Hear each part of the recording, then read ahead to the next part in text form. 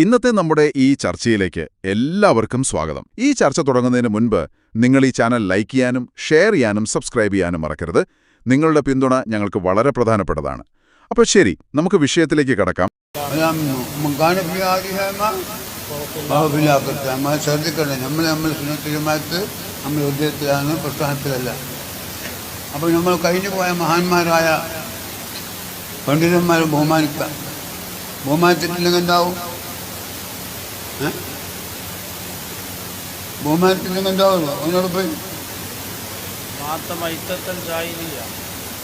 അതോടെ ക്ലിപ്പിൽ അങ്ങോട്ട് തമാശല്ല, ഇതൊന്നും പുറത്തിറക്കാത്തോണ്ടാണ്.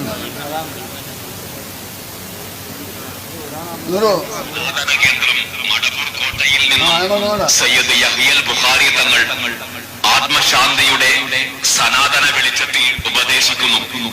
സുന്നത്ത് ജമാഅത്തിന്റെ അമീറന്മാരെ നാം ബഹുമാനിക്കുക.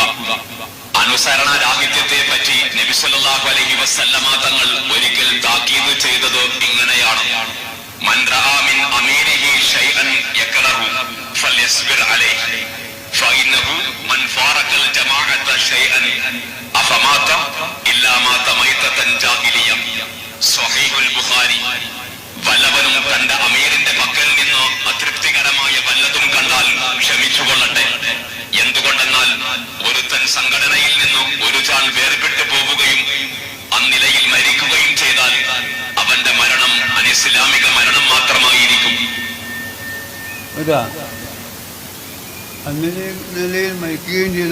ഇതുണ്ടല്ലേ, കുരുവട്ടൂരുകളെ ഇരുത്തി പഠിപ്പിക്കുകയാണ് യഹ്യൽ ബുഖാരി തങ്ങള്. ശ്രദ്ധിക്കണം, ആലിമീങ്ങളെ കുറ്റം പറയാൻ പാടില്ല, ആലിമീങ്ങളെ ബഹുമാനിക്കണം എന്നൊക്കെ പറഞ്ഞ് നല്ല പഠിപ്പിക്കണേ.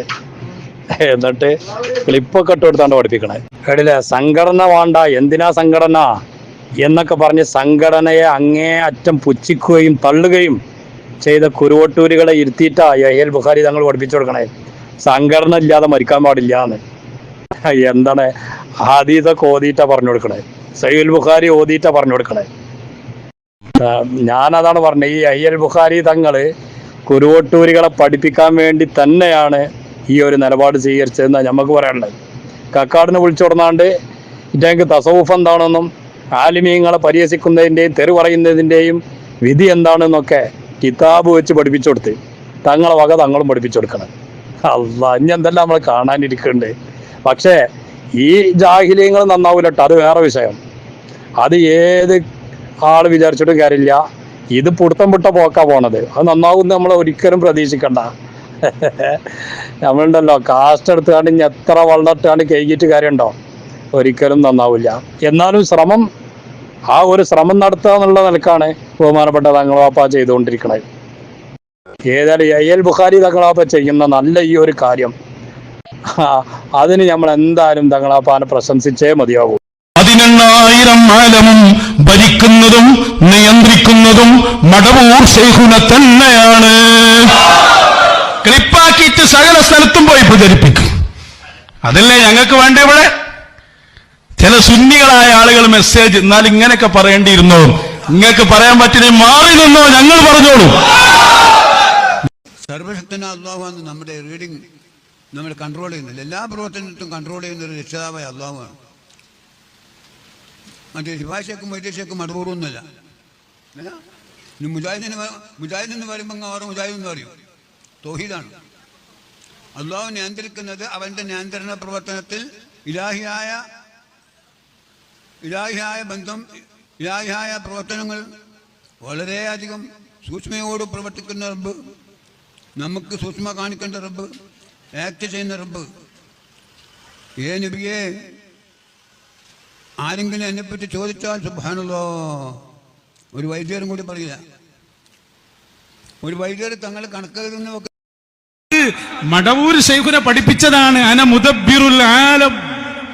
ആലം എന്നതിൽ എന്തൊക്കെ പെട്ടു, അതിന്റെ മുദബ്ബിറാണ് ശൈഖ് മടവൂർ. സർവശക്തനായ അല്ലാഹുവാണ് നമ്മുടെ റീഡിങ് നമ്മൾ കൺട്രോൾ ചെയ്യുന്നില്ല. എല്ലാ പ്രവർത്തനത്തിലും കൺട്രോൾ ചെയ്യുന്ന ഒരു രക്ഷിതാവായ അല്ലാഹുവാണ്. മറ്റേ ശിവാശേക്കും വൈദ്യശേക്കും മടപൂർവൊന്നുമല്ല. ഇനി മുജാഹിദ് എന്ന് പറയുമ്പോൾ അവർ മുജാഹിദ് എന്ന് പറയും. തൗഹീദാണ്.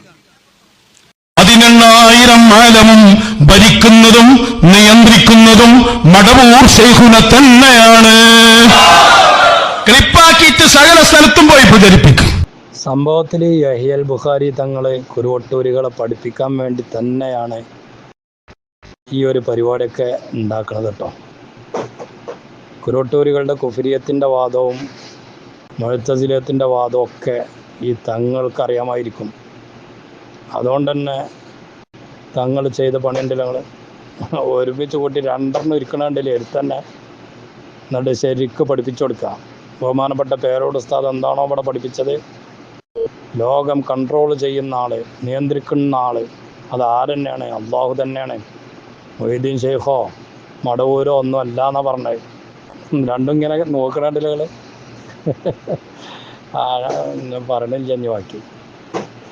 അതുപോലെ കക്കാടിനെ കൊടന്നാണ്ട് ഇറ്റങ്ങൾക്ക് തസവുഫ് പഠിപ്പിച്ചു കൊടുത്തു. എന്താണ് ത്വരീഖത്ത്, എന്താ തസവുഫ് എന്നുള്ളത് കക്കാടിനെ കൊണ്ട് യഹിയൽ ബുഖാരി തങ്ങളെ പഠിപ്പിക്കുകയാണ്. അപ്പോൾ സംഭവത്തിൽ തങ്ങൾ നല്ലൊരു കാര്യമാണ് ഇപ്പോൾ ചെയ്തുകൊണ്ടിരിക്കുന്നത്. അതിൻ്റെ റിസൾട്ട് വന്നുകൊണ്ടിരിക്കുകയാണ്. വട്ടൂരാൾ വലിയ പെടലുള്ള പെട്ടേ സ്ഥാനം വഹാബിയാക്കി കണക്ക് നോക്കുമ്പം എന്തായി? പഠിത്തങ്ങളും വഹാബി എന്ന് പറയേണ്ടി വരില്ലേ? വട്ടൂരി അല്ലാണ് ലോകം നിയന്ത്രിക്കണ്ടേ. അത് CM വലിയുള്ളതായും ഇവരൊന്നുമല്ല. എങ്ങനെയുണ്ട്? ഇതുവരെ പഠിത്തൊക്കെ ബാത്തിലായി. ഇത് വേറൊരു സ്ഥാനത്തെ ആലിമ്യങ്ങൾ പറഞ്ഞപ്പം വേറൊരു സ്ഥാനം വഹാബിയാക്കി. ഇപ്പൊ ആ ഗണത്തിലേക്ക് പഠിത്തങ്ങളും പോയല്ലോ. ഇപ്പൊ എന്താ ചെയ്യാ? കുരുത്തക്കേട് എന്ന് പറഞ്ഞാലേ ഇതാണ്. അത് നിങ്ങളൊപ്പം കൂടിയിട്ട് നിങ്ങളെ പഠിപ്പിക്കാൻ വേണ്ടിയിട്ട് ചിലപ്പോ തങ്ങള് നിങ്ങളൊപ്പം കൂടിയത്. നിങ്ങളെ കൂടെ കൂടാതെ പറഞ്ഞിട്ടുണ്ടെങ്കിൽ നിങ്ങൾ വഹാബിയാക്കും. അപ്പൊ നിങ്ങളെ കൂടെ കൂടി നിങ്ങളെ കുത്തിറപ്പിച്ച് പറഞ്ഞാലോ ഇനിയിപ്പോ എന്താ ചെയ്യാ? പാകപ്പെട്ടല്ലോ. ശൈഖുന മടവൂര് ലോകം മൊത്തം നിയന്ത്രിക്കാൻ, ലോകമൊട്ടാകെ നിയന്ത്രിക്കാൻ അള്ളാഹു അധികാരം കൊടുത്ത മഹാന്മാരിൽ അത്യുന്നത മഖാമുള്ളവരാണ് ശൈഖുന മടവൂര്. വട്ടൂരാള ഈ വാദാണ് പഠിത്തങ്ങള് പൊളിച്ച് കൈക കൊടുത്ത്. പഠിത്തങ്ങൾ എന്താ പറഞ്ഞേ? അത് മടവൂരും മൊയ്തീൻ ഷെയ്ഖും ഇരിഫാൻ ഷെയ്ഖും ഒന്നല്ല, അത് അള്ളാഹ് മാത്രാണ്. മുദബ്ബിറുല്ലാലം അള്ളാഹു മാത്രമാണ്. എങ്ങനെയുണ്ട്? കുടുങ്ങിയല്ലേ വട്ടൂരാളെ? മറുപടി പറയാനും പറ്റാ. നൗഷാദ് കക്കാട് പറഞ്ഞപ്പോ അവിടെ നീച്ചു പറയാൻ ശ്രമിച്ചിരുന്നു. അത് നൗഷാദും സമത് ഇങ്ങനെ പൂമ നോക്കുക എന്നല്ലാതാ ഈ കാലം വരെ പറഞ്ഞു നടന്ന് എത്ര കൊല്ലായി ഇത് പറഞ്ഞെടുത്തിട്ട് വേറൊരു സ്ഥാനം വഹാബിയാക്കിയിട്ട് മറ്റുള്ള ആലിമ്യങ്ങളൊക്കെ വഹാബിയാക്കിയിട്ട് കൊല്ലങ്ങളോളം പറഞ്ഞു നടന്നത് ഒറ്റ ദിവസം ആ 2 ചെങ്ങായിമാരെയും ഒപ്പം കുത്തിറപ്പിച്ചിക്കാണ്ട് പൊളിച്ച് കൈക്ക കൊടുത്ത്. ഈ ഷെയ്ഖ് ഈ പറഞ്ഞതൊക്കെ ബാത്തിലായി. ഇത് ഇപ്പൊ പഠിത്തങ്ങൾക്ക് അറിയില്ലേ? പഠിത്തങ്ങൾ എന്താ പറഞ്ഞേ? അത് പോലൊന്നുമല്ല, അത് അള്ളാഹ് മാത്രാണ്. അല്ലാത്ത പെടല പെട്ടെ ഇനി ഒരു പെടല് പെടാൻ ബാക്കില്ല. ഒക്കെ പൊളിഞ്ഞു. ഇപ്പൊ ഇന്നലെ പറഞ്ഞിട്ട് ഞങ്ങള് പഠിത്തങ്ങളാ ഇന്നെ കൊണ്ട് പഠിപ്പിക്കണ്ടേ. അപ്പൊ പഠിത്തങ്ങൾ ഇയാളെക്കാട്ടി മക്കാൻ മുകളിലുള്ള ആളാ. ഇയാളെന്താ പറയേണ്ടതെന്ന് തീരുമാനിക്കേണ്ടത് ആരാണ്? പഠിത്തങ്ങളാണ്. ഞാൻ 2 മിനിറ്റ് ഇങ്ങനെ പ്രസംഗിക്കണം എന്ന് വിചാരിച്ചു. പഠിത്തങ്ങൾ എന്തൊക്കെ നമ്മളെ കൊണ്ട് പഠിപ്പിക്കുന്നത് നമുക്ക് തന്നെ അറിയില്ല. മശായിഖന്മാര് പ്രത്യേകം നിർദ്ദേശിച്ച് അത് പ്രത്യേകമായ നോട്ടത്തിൽ തന്നെയുള്ള വയലാണ് നമ്മൾ ഉസ്താദുമാര് പറയുന്ന വയല്. അത് നിങ്ങളിപ്പോ ഇത് മുടക്കിയിട്ടും പല പിത്തന ഉണ്ടാക്കിയിട്ടൊന്നും നടക്കുന്ന കാര്യമല്ല. ഏതായാലും ഞാൻ ആകെ ഒരു 2 വാക്കെന്തോ സംസാരിക്കാന്ന് വിചാരിച്ച. ആ പഠിത്തങ്ങളാ പറഞ്ഞേ അള്ളയാണ് ലോകം നിയന്ത്രിക്കുന്നത്, അതല്ലാതെ മൊയ്തീൻ ഷെയ്ഖും റിഫാൻ ഷെയ്ഖും മടവൂരൊന്നുമല്ല. പിരിച്ചുവിട്ടാളാ, പിരിച്ചുവിട്ടാളി. നിങ്ങൾ വട്ടൂരിസം ആകെ നാറില്ലേ? എങ്ങട്ടാ നാറാനെ? ഇപ്പൊ വഹാബി വെക്കാൻ പറ്റുമോ? വഹാബി ആക്കിട്ട് വരി, അപ്പൊ നമ്മള് കാണിച്ചുതരാം. സർവ്വ ഞങ്ങളെ കയ്യിലുണ്ട്, മനസ്സിലായോ? സർവ്വം റെക്കോർഡ് ക്ലിപ്പാ. നിങ്ങൾ മുഴുവൻ അവിടെ പറഞ്ഞേ, കോട്ടയിൽ പറഞ്ഞേ. ഇനി ലിങ്ക് പിൻവലിച്ചിട്ടും കാര്യമില്ല. ഷെയ്ഖ് ബീരാൻ ഔലിയ പാപ്പയുടെ ദിക്ർ ഓർക്കുക.